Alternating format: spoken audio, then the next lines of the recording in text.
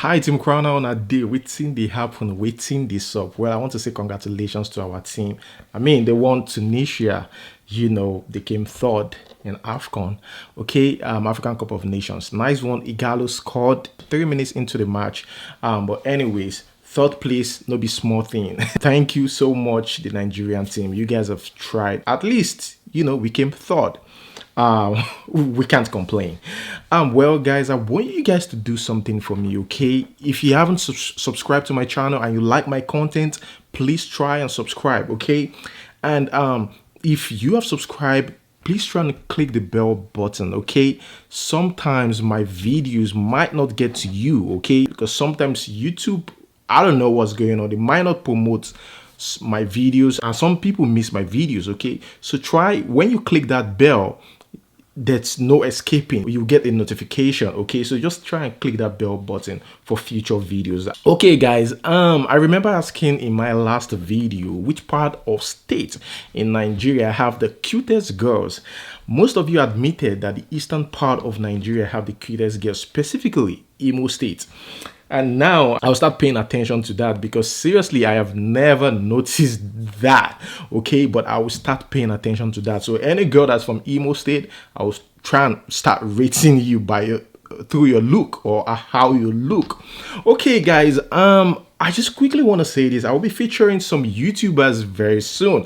I don't know if you guys are ready for that, but yeah, I'm gonna be featuring some YouTubers, just to spice up things. I'm still working on it. Yeah, I still need more time. This is gonna be my first time doing that. Guys, welcome to my channel.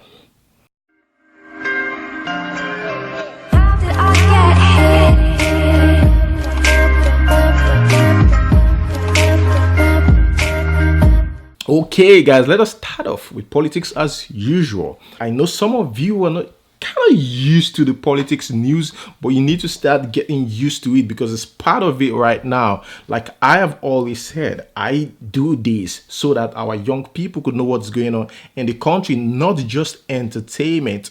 So whatever, but if you're not interested, you can easily fast forward. Okay, I'm gonna start off by talking about Regina Daniels' husband. Okay, Regina Daniels' husband is senator. Now the Supreme Court have sacked this man. Okay, so he's not a senator. In fact, he sued this guy, his opponent, to court, trying to challenge the earlier ruling of the Court of Appeal, but he lost again. So that is it. Well, he lost again. Just want to put that out there. Now, moving on to the next news. Here we have Kalu, okay, Orji Kalu, former governor of Abia State. Now, guess what Igbos are saying? Igbos are calling this man, Igbos feel betrayed. Okay, let me put it that way. They feel betrayed that Orji Kalu is supporting the president. And first, he talked about Ruga, kind of supporting the president about Ruga. Again, the statement that Buhari doesn't own a house in Abuja. So Punch newspaper proved him wrong, that Buhari actually owned a house in not only Abuja, in Kaduna, Katsina, Kano, Port Harcourt, and and other places. Let me read this. He said, he has not changed. Think of it. A man that ruled Nigeria as military head of state and has no house in Abuja or Lagos. He does not have a house in Port Harcourt or Ibadan. If you go to his house in Daura, it is the same house, the same small house he built long ago. The television I saw there when I went there last year for Salah, that television must have been bought in 1973. The Igbos said they are disappointed in Kalu, and they said he's just acting like Rochas Okorocha and is going to pay for that dearly. That's what the Igbos are saying. They call him a prodigal son who have sold his allegiance in exchange for position and favor from Buhari. Or maybe he's just playing games. That's what I just feel. Maybe he's just playing games to get into the minds of the Hausas and manipulate his way to becoming 2023 president, or for getting votes. Who knows? Now, guys, congratulations to you, my people, Nigerians. Guess what? President Buhari has approved a new official portrait for display in all offices, building, and for other legitimate purposes. For goodness sake, is this the problem? The president approves new official portraits. I don't understand. That should be placed in offices, and if you want to use the president's picture. Here is a portrait for you. Okay, is that the problem of Nigeria right now? I don't really understand. And here is another thing that Buhari said. Okay, those who are criticizing the isolated incident of insecurity are not patriotic Nigeria. And I think he's kind of subtly sending a message to Obasanjo, who wrote a letter to him recently saying that, you know what, the people are getting tired of this. You know, you promise that you're going to give them security, but instead they feel unsafe in a country that's supposed to protect them. I assure you and Nigerians that we will not relent in our efforts to secure the country from criminal activities. Those who politicize the isolated instance of insecurity are not patriotic Nigerians. Okay, moving on to the next news. Guess what, guys? This guy that contested, okay, against Davido's uncle, all right, Adeleke, Senator Ademola Adeleke, the dancing senator, said he felt ridiculed contesting against Adeleke, the dancer. He felt disgraced, like he felt dishonored for even contesting against this man. That's what he said. This thing, I see it as a pride. Can you imagine? Can you imagine what he said? Here he said, the country's electoral system is weak, especially regarding the screening of candidates, which gave room for somebody like Ademola Adeleke to contest for governorship seat of the state. Sometimes when I sit down and realize that I was actually contesting with Adeleke, who is best at dancing, I felt ridiculed, very ridiculed. It would have been a tragedy for our state if the whole thing turned the other way around. Can you imagine? Hobby doesn't stop you from doing your duties or from being a responsible person. Your hobby, if his hobby is dancing, so that doesn't stop him for being that. It's funny when people try to include what you just love doing at your leisure time, include it in your career or your ambition, and use it to judge you. Well, it's politics. Anything is possible. Okay, guys, moving on to the next news, and here we are on the entertainment segment. I'm gonna start off here by talking about Beyonce featuring Wizkid, Tiwa Savage, and a couple other Nigerian artists, Yemi Alade, Burna Boy, Mr. Easy, and I think Shatta Wale. Shatta Wale is the only, artist featured, who is from Ghana, okay, who was featured on the album, and the name of the album is Lion King. Some of you must have heard it, it's out there, okay. But guys, remember, when I saw this, like, I wasn't really surprised that most Nigerian artists are actually on this album. I remember, telling you guys that my phone is just distracting me right now. I told you all that everyone wants a dose of Afrobeat, okay, in their songs. Okay, when we're talking about this Wizkid featuring Drake, there was an argument, okay, out there, and that was when I said it. I told you guys that this is bigger than Wizkid, this is bigger than Davido, is bigger than Burna Boy. This is Afrobeat, this is Afrofusion, okay. I could remember telling you guys that Americans are getting tired.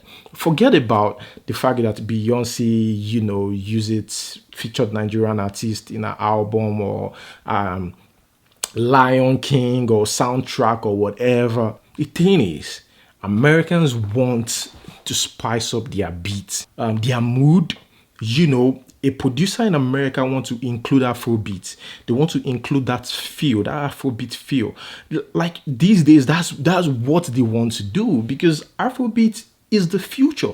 Drake saw that.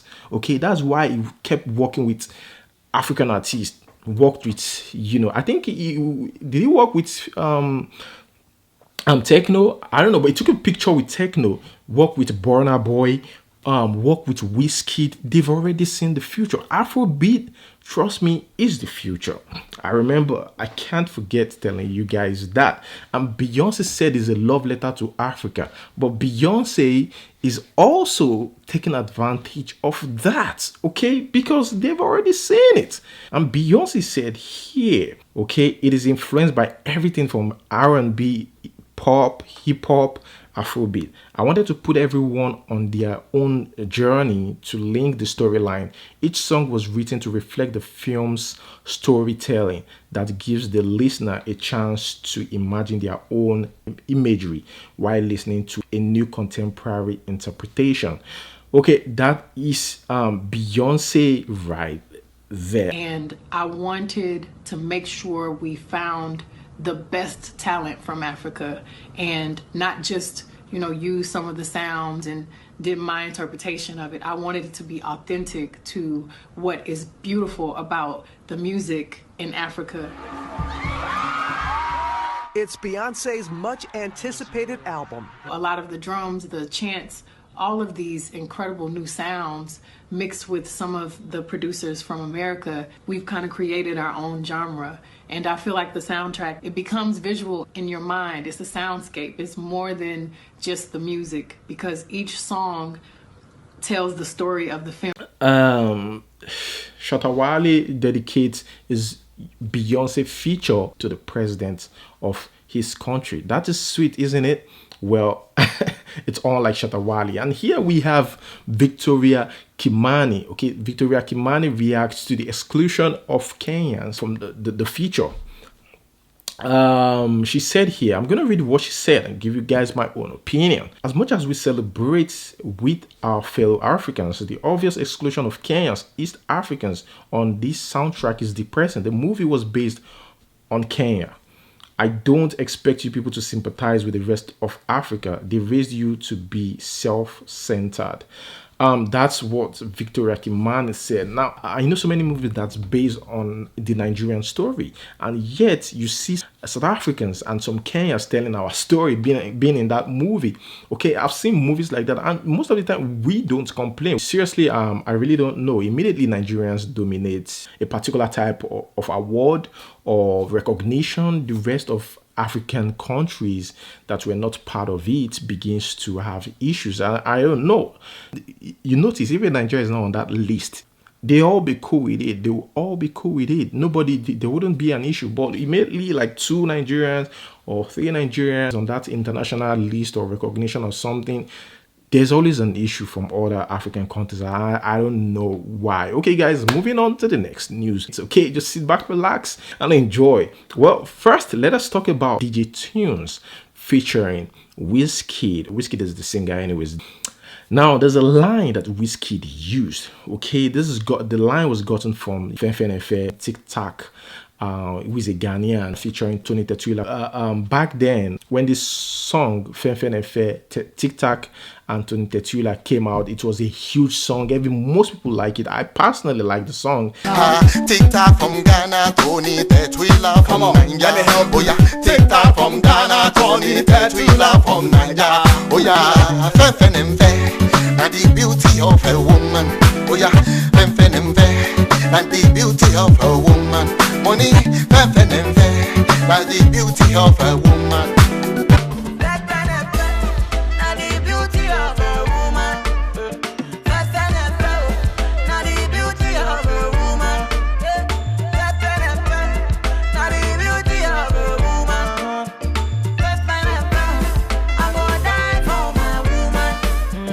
Apart from the fact that Wizkid got that from the song, it reminds me, of back then in Nigeria, the relationship, that Nigerians have with Ghana, back then.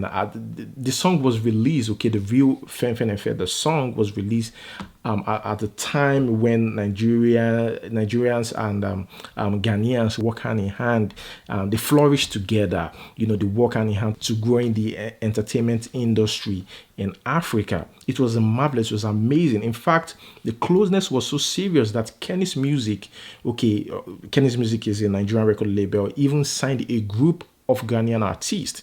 That's how close we were then. Few years after, people like Shatta Wale came into limelight. They become big in Ghana, and they created a rift between Nigerian musicians and Ghanaian musicians. No more friendship, hate, and jealousy set in.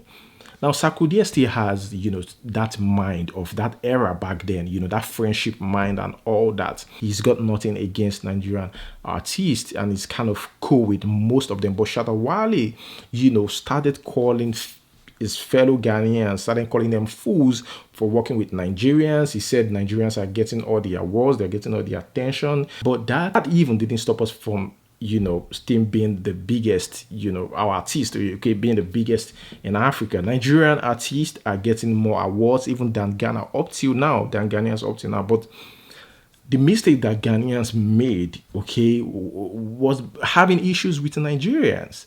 I don't see it as a brilliant thinking at that point. You know why? Because that relationship could actually help Ghanaian entertainment industry. What am I trying to say? I know you're kind of confused. If you've noticed, there's no big Afrobeat star in Ghana. You hardly see their musician doing Afrobeat now. And it's actually affecting them because really that is not originality. Most of the thing that you see there is dancehall artists, reggae artists, R&B. So I think they should have just, build up together with Nigeria, learn all these things from us again, okay? Because Afrobeat was in Ghana before Nigeria, but Ghana lost it along the line. So Nigeria became champion it, okay? So they need to relearn, be with us, grow together, and they can break away or fight or do anything later. So that's why you see most American artists still want to work with us, because they see most of our artists as the real Afrobeat, Afrofusion, and all that. Well, you might disagree with me. I don't know. Just let me know in the comment section below what you think. Okay, guys, moving on to the next one. Here we have Ladipo. Okay, Ladipo is signed under Maven Records. And here, I don't know if you guys will agree with him. He tried to state the differences between hip-hop and rap. Do you agree with Ladipo here? Let us watch this video. I draw a distinction between hip-hop and rap. For me, hip-hop is a culture. Hip-hop is a genre of music. Hip-hop has it has its own world, its own history. To me, rap is something that you do. It's a verb. It's an action. It's a form of expression. Do you know what I'm saying? So when I rap, when I put words together, I am rapping, and I can rap to different genres, to different sounds, to different forms of music from different continents and countries, But hip-hop is what it is. We know where it came from. We can track its history down all the way, So for me, I see myself as a rapper. Sometimes I'm a hip-hop artist. Other times I'm not. Do you know what I'm saying? So that's the distinction I'm trying to draw. But more importantly, what I do is I make lifelines. No punchlines, just lifelines. If you don't know what that is, you need to go and find it. Okay, I saw this video about of this guy, okay, Shokishita, who is a street boy, from Surulere, who supported the video back then, and the video gave him 1 million naira. This guy is back again begging the video for the money, for money again, and that's why people don't really give cash. They instead employ you. If you want to work, come and earn more money, so you stop disturbing me. It's funny. This is the story of some people, okay, on the street of Lagos, who just lavish whatever you give them in cash. So David Imade Adeleke baba mi o ni pade agbako leni o ni ja so mi my oga, don't forget me. I be your boy Shoki. He give me 1 million true, but I checked the 1 million. I checked the 1 million. You see that 1 million? I checked that. My oga David, alaye ma gbagbe mi. Ọmọ yin ni mi o David.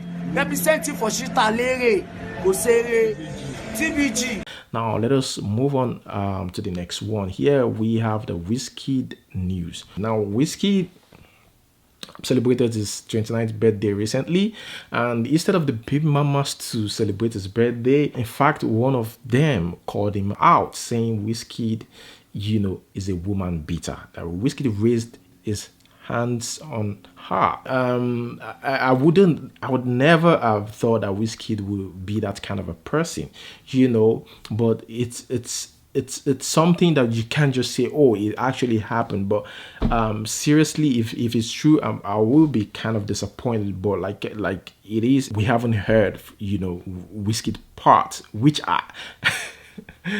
I don't even think Wizkid is going to reply. That's the funny thing. I don't know.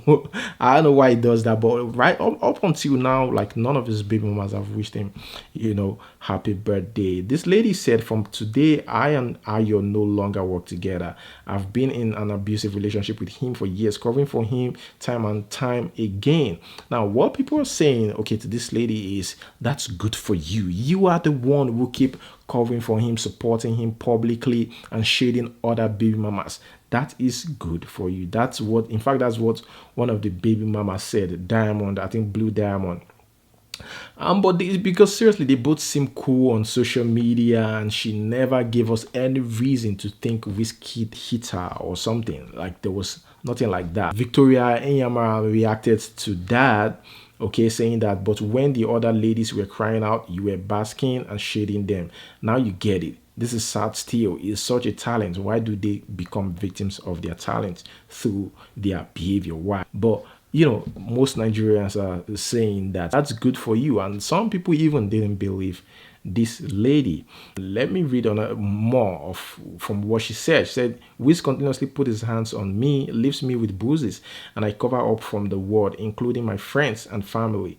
It often feels like we are at war in the same house. I have done all I can to keep this all together, but from today I let go." Guys, that is it. Now, the question of the day. The first question: one must leave the music industry. Just choose one that you think should leave this list right now. The music industry. You can see Speed Darlington, Wizkid, Davido, Naira Marley, Zlatan, Techno. Who should go? Who do you think should leave this list? Okay, the next one between Rema, all right, and Fireboy. If you had to sign one to your record label, who would you sign? Rema or Fireboy? Okay, guys, that is it. Guys, let me know what you think about what I've said in the comment section below, and to see you next time. Peace.